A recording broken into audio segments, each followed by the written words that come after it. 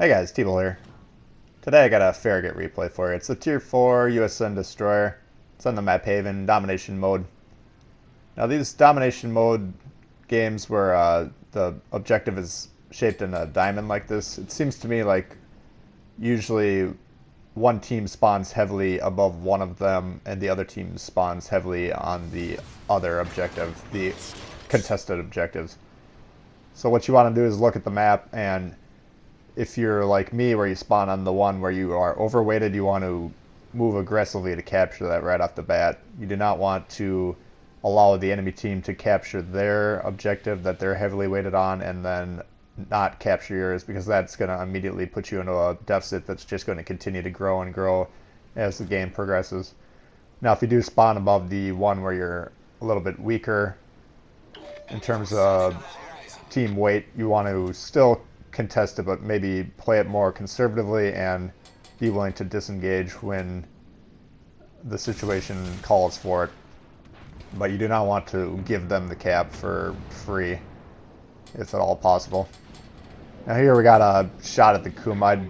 These early long distance torpedo salvos I find are very, very low percentage, just because the ships are almost always going to turn.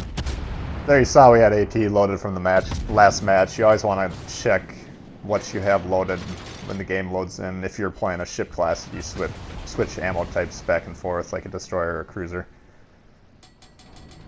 And then you saw their destroyer pop the smoke. I use this wide torpedo formation in situations where aiming isn't really relevant because I have no idea where they are. But you see that it's kind of lucky, but I kind of feel like it increases your odds just a little bit because it covers more ground. Now granted, it covers more ground in a less dense spread, so it's up to you how you feel about that. It's something I'm still playing around with. I do like the wide torpedo spreads, close range, like within, you know, breathing distance of your opponent against cruisers and destroyers. Just because you can often miss a concentrated salvo, all they have to do is kind of turn hard. Now here we're moving to capture our objective, which is good, and we're just going to take some harassing fire on that Wyoming. He's kind of moving into a position where he's isolated and he's going to die anyways. But once I believe my team's going to deal with him, I'm going to turn focus to the other side of the map and try and support them. And here you see I have AP loaded, and against an Omaha, if he's going to give you broadside, that's going to cause some problems for him. These USN AP shells, even on destroyer caliber guns, are pretty potent, so be careful when you're playing against one of these ships. It can definitely cause a lot of problems for you if you're not angling properly. Now he angled away, but then he turns broadside again, and that's going to cost him his life. See there, we're just kind of racking up citadels left and right. Now taking a look on the map here, both sides that spawned on the weak side for their team, they've pushed forward. They had two ships that pushed forward to our north. We've eliminated one of them. Likewise on the southwest side. Now if you are playing that weak point, pushing forward like that is really not wise. Because you're gonna just push forward into like a 1-on-2, 1-on-3, 1-on-4 situation. You can see our guy goes down, and our team should be whittling their guy down. But even at this distance here, we got another Omaha broadside, and as long as the shells are coming in relatively horizontally, you know, in terms of how far away you are, you can definitely hit those citadels, especially on a ship like an Omaha or a Pensacola or a Mogami that has really big citadels. So be careful when you're piloting those ships. Just don't ever underestimate the USN Destroyer guns.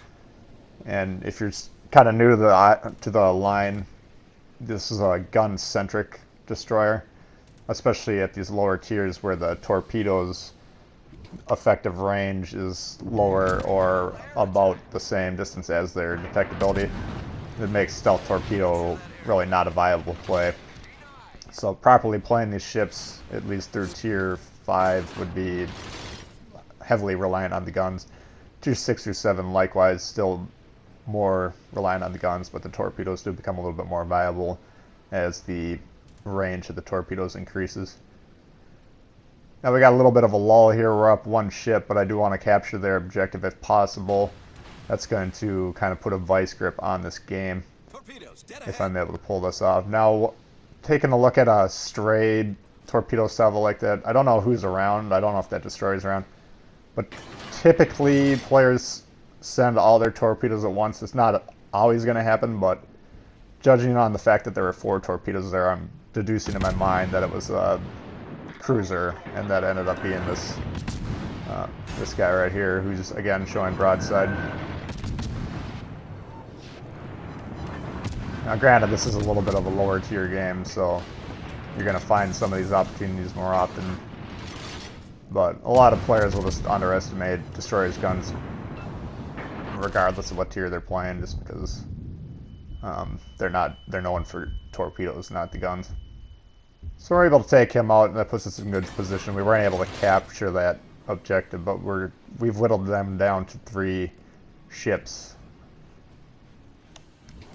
And despite having a 2-ship lead, that can very rapidly evaporate late game. I don't know what the health situation my team is, so I'm going to go back and resume capturing this point. That's a very nice insurance policy to have.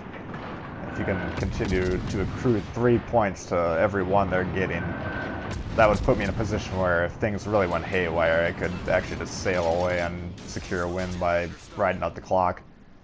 But because we're shooting at that Clemson, we are detected now, which forces me to use the smoke. Congo's a very inaccurate ship. It's very unlikely he could have killed me here, but I don't want to take any chances at this point in the game. However, that does cause us to burn a smoke, which for USN destroyers, typically I want to get within fairly close range to them.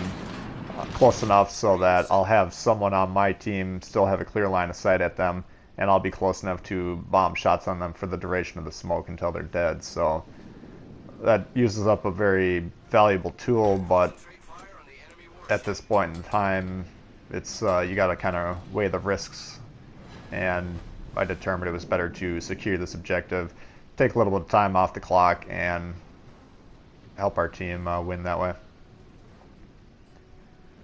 But since we have no targets here that we're going to be able to shoot from the smoke, I'm just going to abandon it. So, a little bit of a wasted smoke, but whatever. This Clemson is sailing on a straight line. We're going to multiply the 7 by 3 and shoot at 21 hashes on there, and you can see the range is just fine. He turns right at the end. That could actually potentially have been a kill shot. So destroyer players, even though a lot of players are going to really struggle to shoot you at long range, you don't want to be complacent and make it too easy for them. You can definitely be shot by anyone that has you within their range of the gun, so be careful. Likewise, that one looked like we hit one shot just on both sides of his ship, so we're closing it on him. Now the Fuutaka doesn't know I'm here, and I'm going to set up a torpedo / AP attack on him. But you'll notice I have this island in front of me. That's something you need to try and avoid, if at all possible, for destroyers. You need to have like an escape route available, so had the situation turned south for me and I was pointed directly at that one, it's easy to gun the engine and then get stuck on the island, which is going to result in you dying 9 times out of 10. So destroyer play should always be trying to make sure the front of their ship is unobstructed by islands and stuff whenever they decide to pursue a stationary play. And they were able to take out the destroyer. That puts a Kraken in our pocket. This guy's not impressed and he's going to ram me. And as customary, I always let my teammates know what I think about that. And so now it's just the Congo. We're briefly detected because we fired, but after 20 seconds that resumes to your normal detectability range, so he doesn't know I'm here. If he was paying attention, he knows where I'm going though. So we're just going to put on the torpedo indicator and keep an eye on what his movement is. And if you watched my torpedo video the other day, we're going to make this same exact play. I'm going to close in as close as I can to him, shoot one salvo directly at where the indicator is pointing me to shoot, and then I'm going to hold on to the other salvo. I'm assuming his guns are not pointed at me, his main guns. Obviously, he's sailing forward, looking at the map, so he's unable to kill me in one salvo. Secondaries aren't going to be able to kill me, so I can hold on to the second salvo, and should he dodge the first one, I'm going to have a nice right shot at his broadside. So always evaluate that. Don't fire off all your torpedoes if you don't have to in these close quarter situations. You definitely do not want to miss in this situation. But you can see there he's not really taking any evasive maneuvers. 1, 2, 3, and he gone. So that's a 6-kill game in the Farragut. I hope you enjoyed it. If you did, please hit the thumbs up.